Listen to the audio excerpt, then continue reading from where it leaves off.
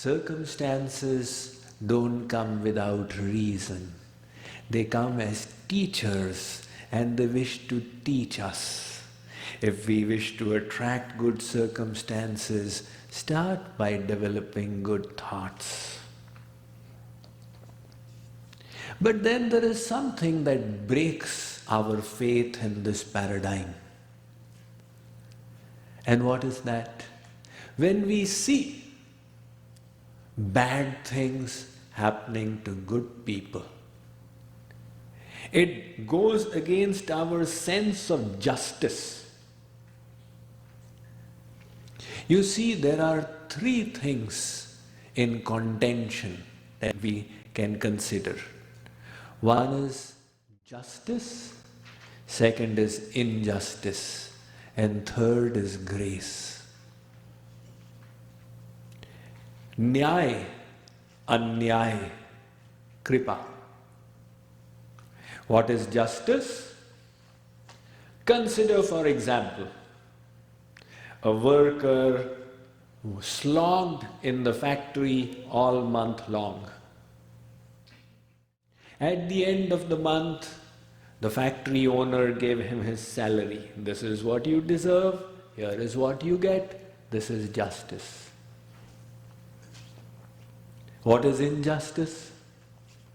The worker, he put in his efforts, and then the factory owner at the end of the month said, you know, on the 15th of the month you came late by 1 hour. Instead of coming at 9 a.m., you came at 10 a.m. I am going to subtract half your salary. Go.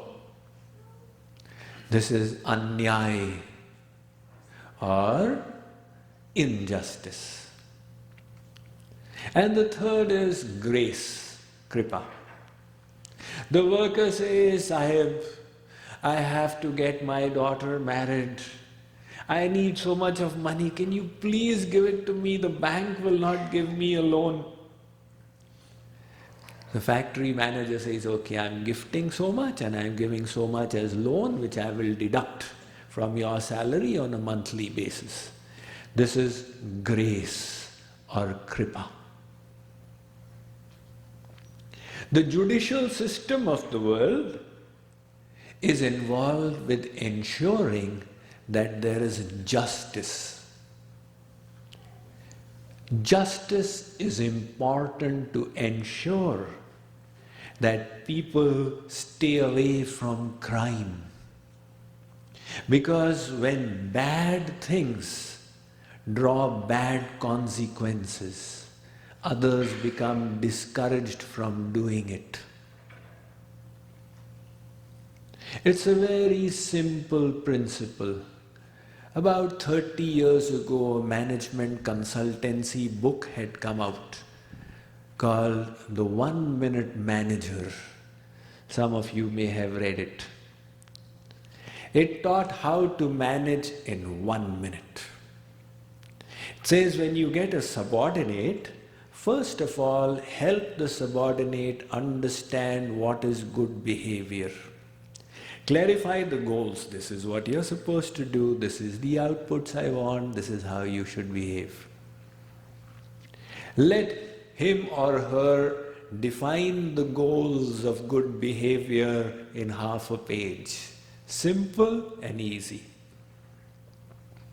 Then someday, catch that subordinate doing well and give a 1 minute praising. For 1 minute, you reconfirm that behavior. Oh, so wonderful, you're doing well, and I am very pleased. You confirm the good behavior. And later on, someday, if you catch your subordinate doing badly, you give a 1 minute scolding. Only 1 minute scolding. Sometimes parents, they start giving half-day long scoldings. Then that is not productive. Just let the subordinate know that this is bad behavior.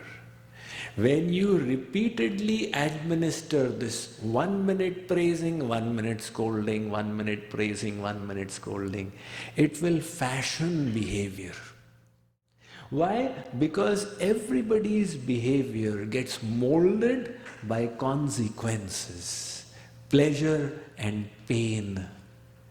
Pain can fashion even the behavior of animals. There's a story of Akbar and Birbal. The Mughal Emperor Akbar and his wise minister Birbal. So Akbar said, Birbal, is there anybody in my kingdom who can train a goat to desist from eating green, succulent, fresh grass? Birbal said, Huzur, it's not a problem, give me 1 month's time. Akbar said, all right. Birbal went and purchased a goat. Now he would put the green grass before the goat's nose, and every time the goat would go for it, Birbal would take a stick and whack it on its mouth. When the goat kept on receiving the whacks, one after the other, even the little goat's brain understood that it's not worth it, forget it. It's too painful. After 1 month of such training, Birbal took the goat to the emperor. The goat in one hand, the stick in the other. He said, Huzur, my goat has become a vairagi. It's become detached from grass. You try it out, it will not eat. Akbar said, really? He said, come on, bring the most tasteful grass in my garden. The servants brought it. Akbar himself put it before the goat. The goat looked at the grass. It looked at Birbal's stick. Birbal, he shook his stick. The goat understood, I'll get a whack, forget it. It pulled back. Even the goat's behavior had got fashioned by consequences. Parents tell me, Swamiji, my child is so unruly, how to train my child? I said, look, I don't have any experience, but I'll tell you, this 1 minute manager, the same principle applies. You have to teach children with consequences. Some parents stay away from those consequences. And what happens? Spare the rod and spoil the child. Kripaluji Maharaj, he grew up in a village, so his relatives were all simple villagers. So he would say that when their children would not study, what would he do? They would bring the children. My child doesn't study. Maharajji would not adopt the 1 minute manager. He would take the child and lock the child up. Now after 24 hours the child is saying, Chacha, take me out, take me out. Maharajji would let him remain there until he decides that no, it's too painful not to study. Then he would say, all right, come out. In other words, any behavior can be fashioned with consequences. And that is why we have the judicial system of any country in place. Because when justice is fair, justice is timely, and justice is firm, it reduces crime.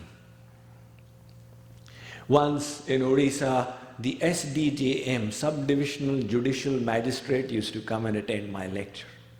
And then he became a friend. He would meet me, etc. He said, Swamiji, I am totally incorrigible. I don't take any bribes. Ever since I have moved into this district, the crime rate has fallen because people have understood you cannot get away. And when you get away, what happens? Take a look at the pirates of Somalia. Any ship passing by the Suez Canal, going close to Somalia, gets looted. Because it's a broken country.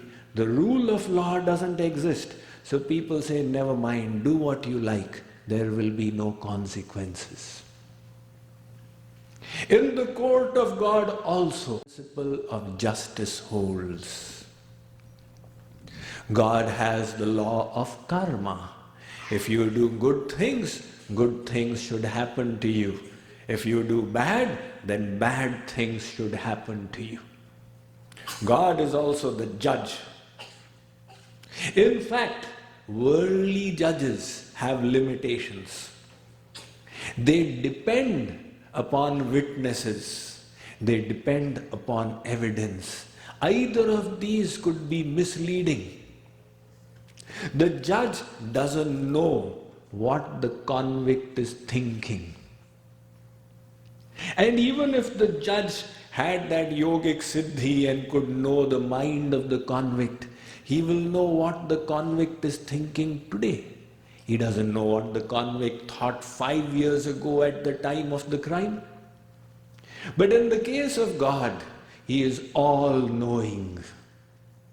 He doesn't need any witnesses. Plus, the worldly judge can make mistakes in interpreting laws.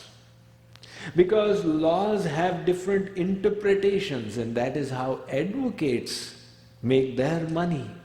Because cases get reappealed at higher and higher levels. This judge misinterpreted. In the case of God, He is the one who created the law. He doesn't need any lawyers. He doesn't need any police. He is the witness, He is the police, and He is the judge. Hence, from God, we can expect perfect justice.